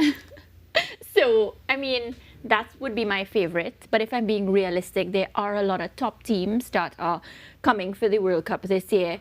Underdogs, I'm thinking Norway. I'm a supporter of Manchester City in the English Premier League. Erling Haaland, when he takes that ball, you know, it's goals after goals. But let me hear what my colleague here has to say about her team. I'm always and has always and always will be France. Right? A lot of people give me slack for it. And cameraman Nick, he knows a good team there. But yeah, so France. Unlike Mariah, I don't want to call it a superstition, but I've always had a thing where I don't necessarily wear the team t-shirt. Oh, wow. The only time I've ever worn a team t-shirt was when I worked at, apart from they lost, yes. But when I worked at West Indies Cricket, because it was part of my uniform, so I had to wear it. Right. Other than that, I rather wear team colors rather than a team t-shirt. Tell them why you don't wear it now. Oh, God, because I wore it in when Italy played France in the final. And France lost, and I was like, well, let me tell you about that my never story. gonna happen again. I had my shirt on at the last World Cup, and we won. So one will be in team gear and the other will not be in team gear. Correct. Okay, but either way, Mariah's very passionate about this, Nasira. I don't think you can lose any of these. You can win any of these arguments. I'm so sorry. Yeah, I'm quietly confident. You know what? You're going to have to come with all the facts and all the figures in order to fight with, debate with Mariah, because Mariah is very serious about it. Also, good morning to Wayne. Wayne is in studio with us this morning, our sport boss himself. Yes. Good morning, Wayne. Good morning. All right. And he'll be appearing on some of the episodes, and of course ensuring that we have all the details when he's behind the scenes. Yeah, I'm really looking forward to that interactive segment where you go out into the communities and just look at, when fans are celebrating, when they're looking at a game, it gets very heated.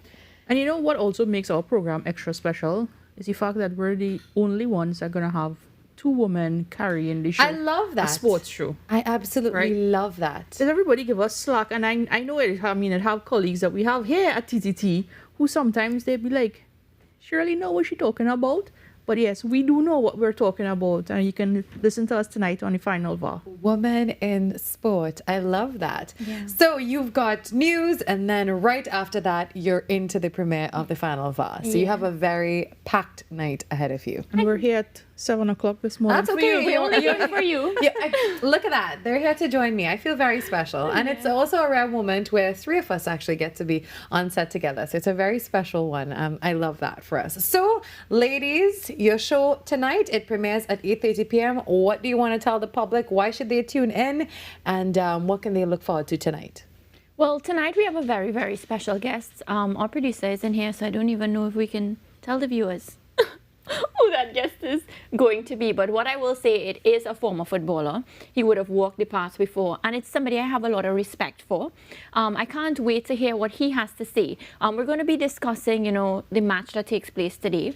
So that's the first thing. Then we're going to be looking ahead to what's coming up tonight, because most days there are two matches, one at 3 p.m. and one at 10 p.m. So apart from the analysis, our sporting team would have gone out already and spoken to the fans to hear what they are looking forward to. And then we have so much more exciting treats coming up. We have giveaways, not to forget. We have sponsors coming on to ensure that those of our viewers that are tuned in and they stay with us, they're going to walk away with some good prizes. And I'm actually hoping that I can be a fan too, so I can call in and get some of the prizes. Yeah, but you can't win anything though.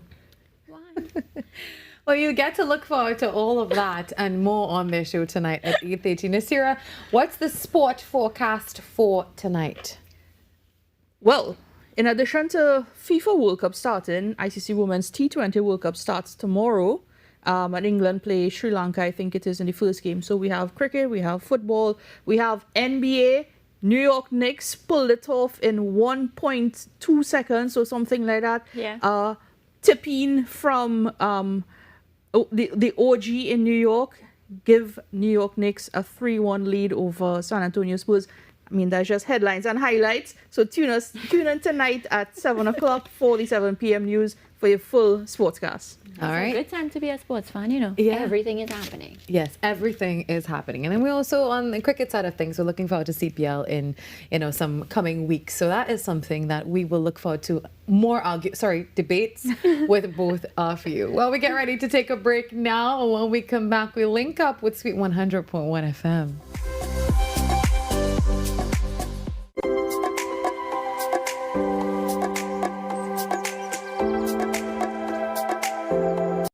client deserves expertise, integrity, and guidance they can trust.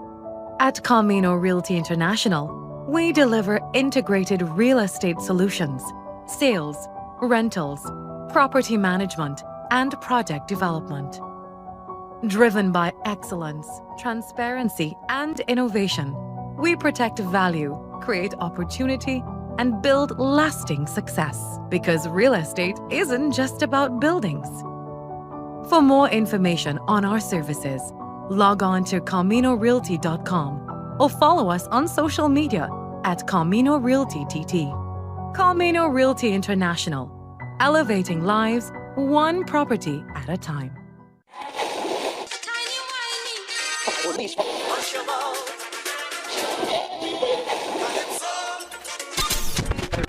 Since 1972, one sound has been living in the heart of Trinidad and Tobago, the longest running radio station in the nation. We're your holiday soundtrack, whether it's on your day off, long drives, or house lives. We are always sweet. This is music with meaning, music with memories. Music that feels like home. And it's not just the songs, it's the voices you trust, personalities you've grown with. Laughter that sounds familiar. This isn't just radio, it's tradition. It's memories. It's part of who we are. Sweet 100.1 FM, the rhythm of our identity, part of your family. Always 100, guide you on your way. Sweet 100, sweet 100. Hi, I'm Penny Gomez, and welcome to Pop. It's Stacey Snowers. Welcome to Pop. Thank you. Thanks for having me. Look who's here. We have to level up. Not that I can't compete with them young guys, because they can't perform like Oscar B. Listen, if Oscar B says so, is so. I ain't even had to sing no lyrics. Come on. Come on. Give her the prize. No. It's about popping, you know. Everything is popping. You don't need to too much of salt. That's why you see looking. It's the best kitchen set. Well, you know, it is a gold microphone. That's a pendant on the mic. So just in case your mic wasn't working. Pull it out. Pack up. Oh, Penny. A good relation is a relation based on pop. All right, take 3. All right. I love television for that.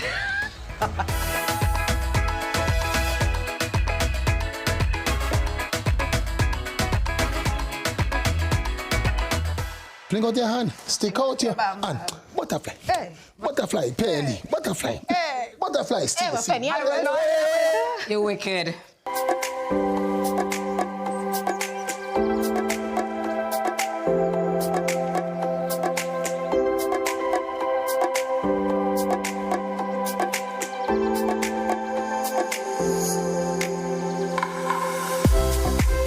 On Thursdays, we connect with our friends over on Sweet 100.1 FM. Of course, this is the Link Up, where we bridge that space between television and radio and just check in to see what's happening on the other side. We know the energy is always high over there, so we're touching base to see how the shift is going. Night and day. Today, good morning. Sweet. This is the Link Up with Sweet 100.1 FM. Good morning, Mark and Nicholas. How are things on your end? Good morning. Good morning. Good morning. Good morning. Happy World Cup Day. Happy World Cup Day to you too. You know, it's well, we have some special guests with us in studio this morning. These are the ladies from the Final VAR. It premieres tonight at 8:30 p.m. right here on TTT. So they're talking all about their show, and they're very excited, and their debates are similar to what you and Nicholas have on mornings about sport. Well, as a sportsman, oh gosh, as a former athlete also too, Nick, I wish the best team will win at the end of this tournament. And it's not going to be the USA. Is US it's not going to be the USA, Mark. US winning this World Cup. What's something? It is not going to be the USA. What do ladies have to say? Not I France, agree. To know who is the best and not team. Argentina. It's not Argentina either. Not France and not Argentina. It's not, So what is it? No. What is it? I love that jersey she's wearing there, but you see, it's good like this here. The jersey, a very pretty jersey.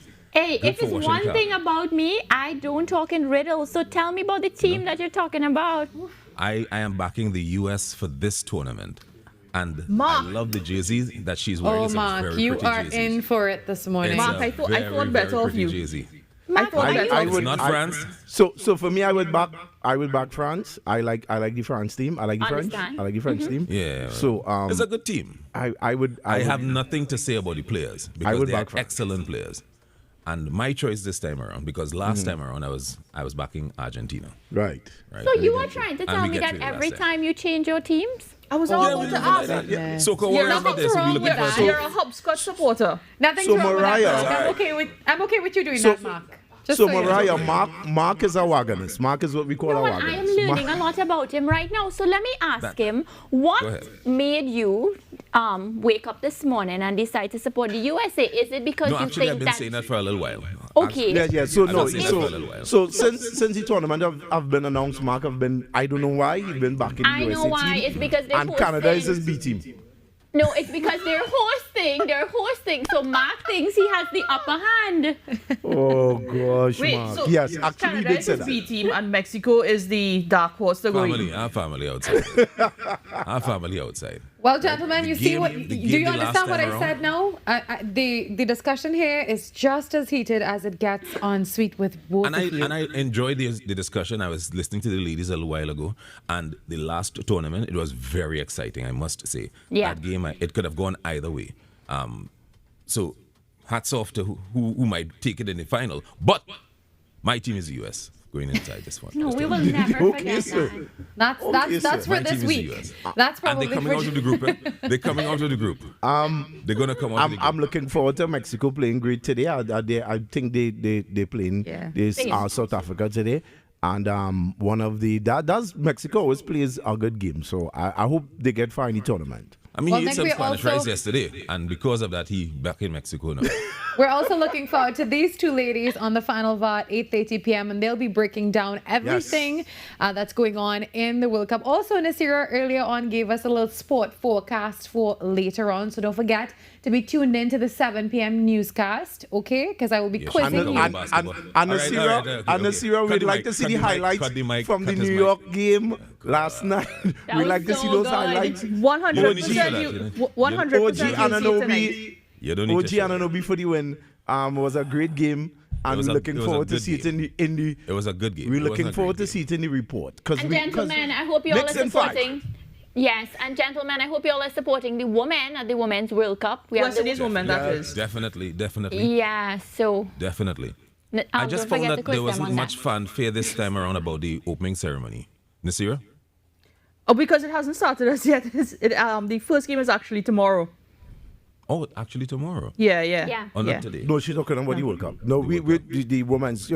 I think Mark is referring to the World Cup today, the FIFA World Cup, and not much fanfare have been around the opening ceremony. Opening ceremony this time around. No, because I think because of the fact that there are 3 locations, I saw clips from the Mexico opening last night, and let me tell you, it was fantastic. Beautiful. The drone shows that they had were really, really, really unique, and then they had representations from each of the 3 host nations with the drones and stuff like that. But I think tonight's one might be, they might have some sort of short entertainment program and stuff like that. But last night it was really nice. I mean, you could look online My and you'll see it. sport-loving colleagues, before we go, I have to ask you, who do you think is the underdog team for this tournament? Curacao, maybe. You said Curacao? What do you think? Senegal, you think? what do you think? The argument begins. What So about you, some Mark Nasira? said Curacao, said Senegal. I think Germany. Germany? As an underdog? You know that some of Is the not group, underdog team?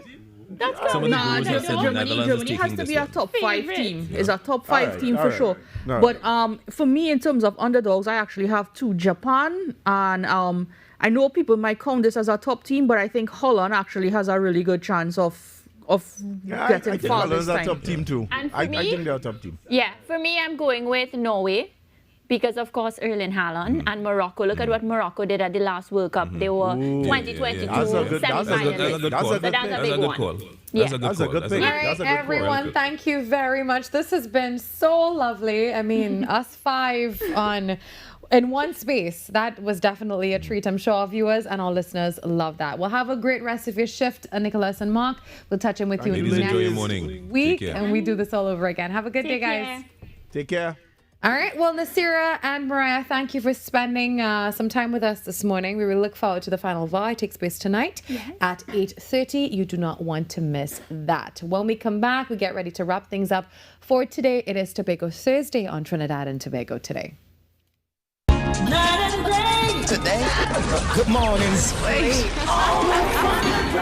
This is The Link Up with Sweet 100.1 FM.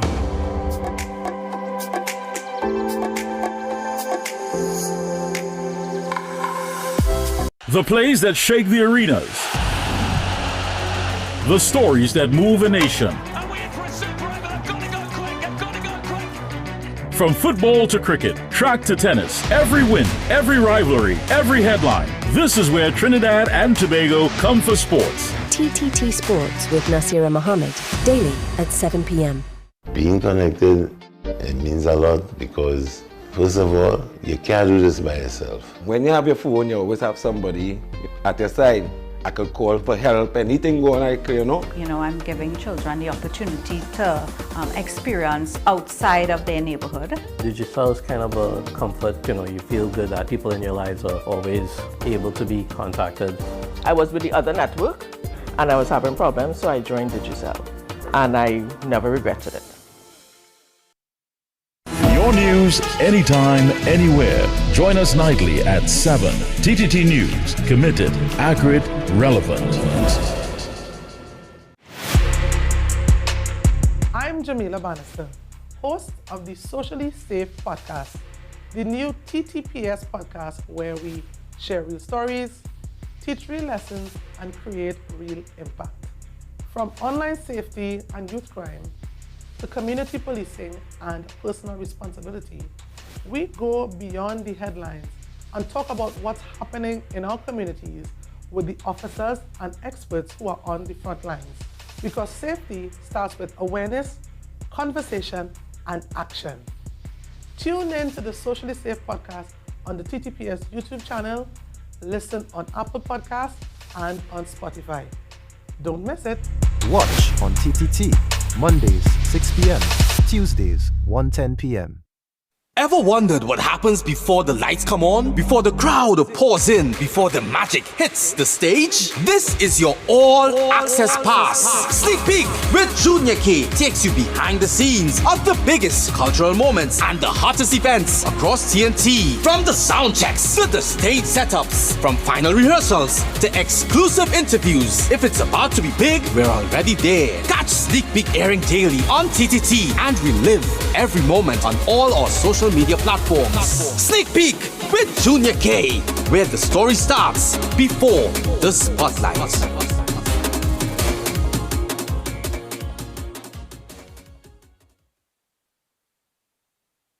Coming up, hot plates, cold drinks, and chilled vibes were the order of the month in Antigua and Barbuda. Top chefs, tasty menus, influencers, and foodies. The boxes were ticked, kitchens buzzing, and grills fired up. It's the one and only Antigua and Barbuda Culinary Month. It's Caribbean Passport TV on TTT.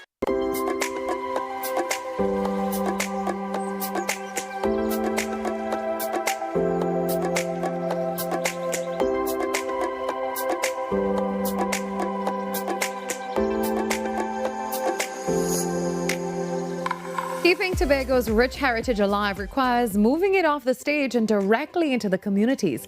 That is exactly what the Department of Culture achieved yesterday as they kicked off the highly anticipated return of Ready, Set, Go 4, charting a legacy. Now, day one brought hands-on masterclasses in Tobago's indigenous performing arts straight to the Bell Garden multi-purpose facility. Now, the momentum builds as the team prepares to head to the Shore Park complex next Thursday, June 18th.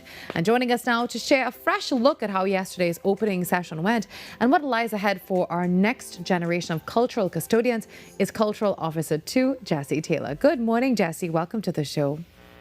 Good morning to you and all of your listeners and viewers. Thank you for having me. So, Jesse, you just wrapped up the opening session yesterday at Balkaran. Now, tell us, what was the energy like on day one? And did the community turn out really match the high expectations that you had going in? It was fantastic. It actually,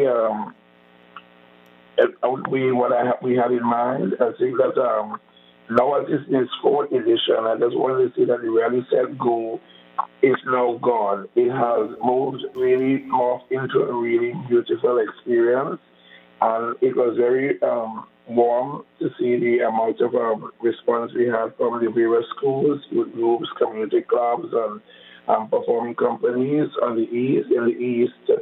And judging by what we saw yesterday, we have to make some adjustment for what the next edition, the second phase of this would be.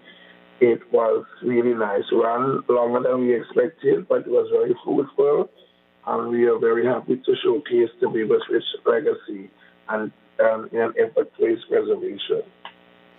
Now, when the masterclasses actually started yesterday, tell us, what was the initial reaction from the younger participants? Were they really eager to jump straight into the drums, the dance floor, or did it take some time to break the ice for them? They were ready. I think we benefited from the fact that quite a few of those students who are the persons that participants, they were people who were currently involved in theater arts and its practice, and is now doing it at some kind of formal study level. And so that the others who were introduced to the space were eager. And I think because of that, the energies were in the right places. There was quite a great abundance of young males, which we were very heartened to see. And so the energies was right. I think there's a nice soft competitive spirit that showed the willingness to develop latent talent, to ensure that what we're teaching forms value, and I think we're able to do that. And at the divisions level, we are happy to make that one of our pillars in how we establish the strategic alignment of the division in keeping with its mandate. So that was important for us. Now, I know that you have Tobago's cultural stalwarts also leading these sessions. So what was it like watching these veteran practitioners pass down their craft yesterday? And was there a specific moment from the workshop that really stood out to you? I'm seeing on the screen right now we have some footage from that. So tell us. Yes, the drum in particular, the drumming aspect of it, the way in which Mr. Williams, who is our resident senior drum officer, how he handled the drumming aspect, teaching about tones and quality, positioning of the drum, the history of the different drums, the bass and the djembe and its movement, its evolution. That stood out to me, and its reception and the ability to transfer the knowledge and the skills that seems to be almost easily adapted by those who participated. And also in the dance area, I was amazed at how the traditional dances in particular, how they were able to grasp the style that was being mentored through persons who we have with over 40 years experience in traditional dance in Tobago, and coupled with the youthful exuberance of other trainers who were on the spot. So that to me was very remarkable, and it shows that we are well on our road to preserving Tobago's culture in a real way. Now, Jesse, I know that next Thursday, June 18th, you're actually moving from the community setting of Balkaran and you're heading to the centralized Shore Park complex. So how will the layout and the scale or the format of the masterclasses really adapt to fit that massive cultural hub? Well, we are working towards, like I said, the classes, the participants, and the attendance was really remarkable yesterday. So we're looking now at the adequate spaces, how we are able to add further value by subdividing the classes into other areas. So we do some specialty areas, including creative areas. So we are looking at how we can use innovation as well as part of the methodology to transfer the knowledge so that we're using other skill performances, creative styles of dancing, including street dance and that kind of effort to get the younger generation eager and more eager to take part in what we have upcoming, which is the Tobago Heritage Festival. And really, this is a kickstart to the 39th edition of the Tobago Heritage Festival, which is hosted out of the same division that's also responsible for the training that we have been doing, which I said before, in its 4th year. So we are looking forward to teaching the authentic forms, ensuring that the positioning, that the transfer of the knowledge, that the skills and so are preserved in such a way that it can really bring value to our tourism products on the island of Tobago as well. All right, Jesse. Well, before we go, I have to ask you, now, these workshops sometimes attract, people or the youth who are already involved in cultural groups. Did you happen to see any completely new faces yesterday, like people with zero background who just showed up out of pure curiosity? Yes, actually, yes. And we actually, I interact with them personally. So quite a few of them who said that they saw the ads and they were invited by a friend, and so that we've seen. So that's the idea is to engender new growth and to ensure that we are in this continuity and we find practice amongst people for succession. So we did, and it's a continuous in coming out of yesterday's encounter and experience, which was a positive and fruitful one. We will certainly see what is supposed to merge and morph into something that's going to be even more magnificent as we head to the 2nd edition. And that's why we're making arrangements to ensure that we are able to record the dates, and we have been doing that. So we register, and we look at the demographics, we look at age. And, Thank you, Jesse. Thank you very much for joining us this morning, Jesse Taylor. And this is where we wrap it up for Tobago Thursday in Trinidad and Tobago Today. We see you tomorrow, but we do this all over again from 6 a.m. to 8 a.m. Thanks to everyone who joined in today, and thanks to the crew. We'll see you. Bye-bye. Have a good day.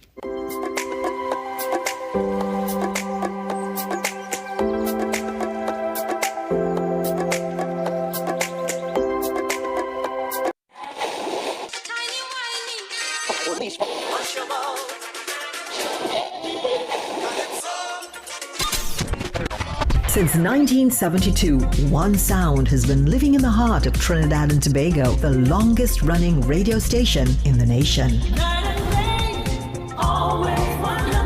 We're your holiday soundtrack. Whether it's on your day off, long drives, or house limes, we are always sweet.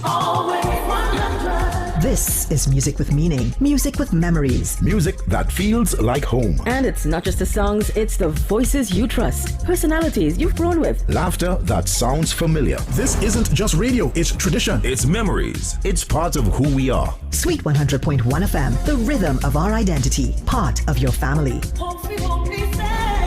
Always 100, got you on your way. Sweet 100, sweet 100. What if possibility was only the beginning? Welcome to Limitless, a journey where ideas become action and action becomes impact. From breaking barriers and challenging misconceptions to designing with dignity and driving innovation with heart. This series explores how inclusion is moving from concept to community in Trinidad and Tobago. Across each episode, we meet the change makers and everyday leaders turning challenges into opportunity, building real solutions that change real lives, from possibility to impact. This is Limitless.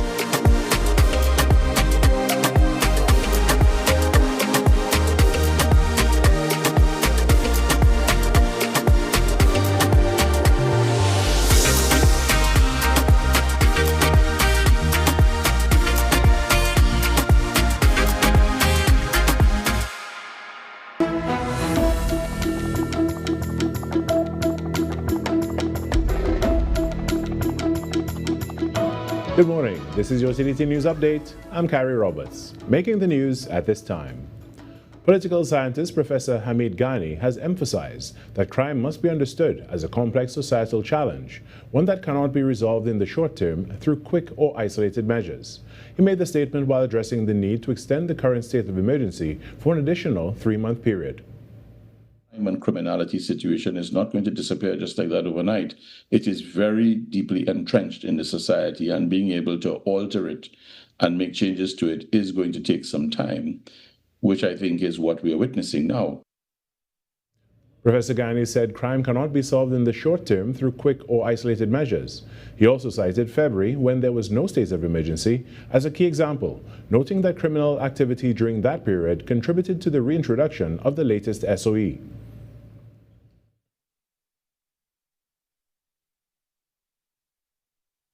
This particular state of emergency came after the failure to enact the Zozo bill at the end of January.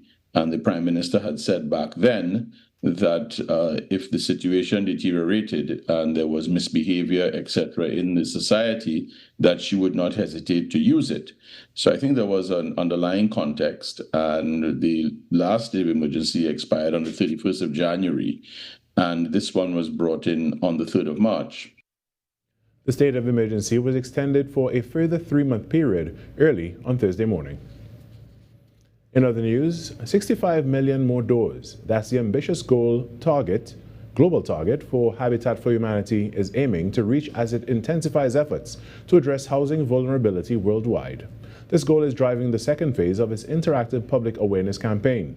The initiative is designed to give the public a clearer understanding of the organization's impact and the full extent of its work across Trinidad and Tobago. Communications Officer for Habitat for Humanity, Quinton Dixon, says it is a deliberate effort to pull back the curtain on their broader vision of opening 65 million more doors. Have gone, we were welcomed, people came to us and they asked their questions, they interacted with the doors, they scanned the QR codes. It was really overwhelming, and I cannot express the amount of thanks that is in my heart. However, the organization is not waiting for this latest public awareness campaign to conclude before taking action. Even as information continues to come in, teams remain on the ground working to match urgent needs with critical support and resources. We interact with people, we see their needs, it's very palpable, and they express it, they are not shy about expressing it. And while as much as it pains us, we cannot assist everyone, being able to assist the persons that we assist, it is very commendable, if I do say so myself, and it is very encouraging. To maintain this momentum and support more families in need, Habitat for Humanity will host a major fundraising gala this October to secure resources for ongoing housing efforts. In sport, with the 2026 FIFA Men's World Cup set to kick off today, the Ministry of Sport and Youth Affairs celebrated the event with the hosting of the 2026 Football Fiesta at the Hazley Crawford Stadium on Wednesday.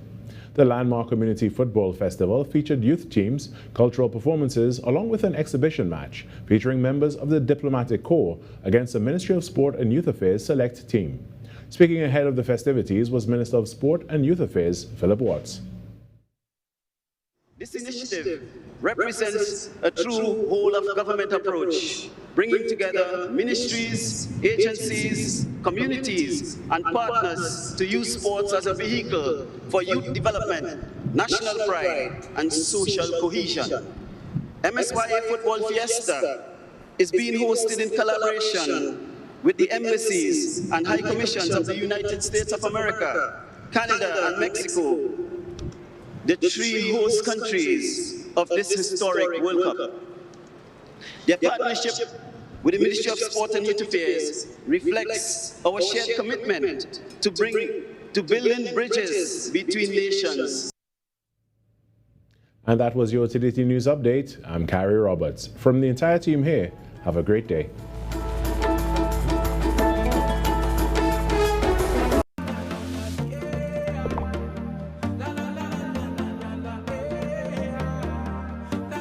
This is TTT. Live for local.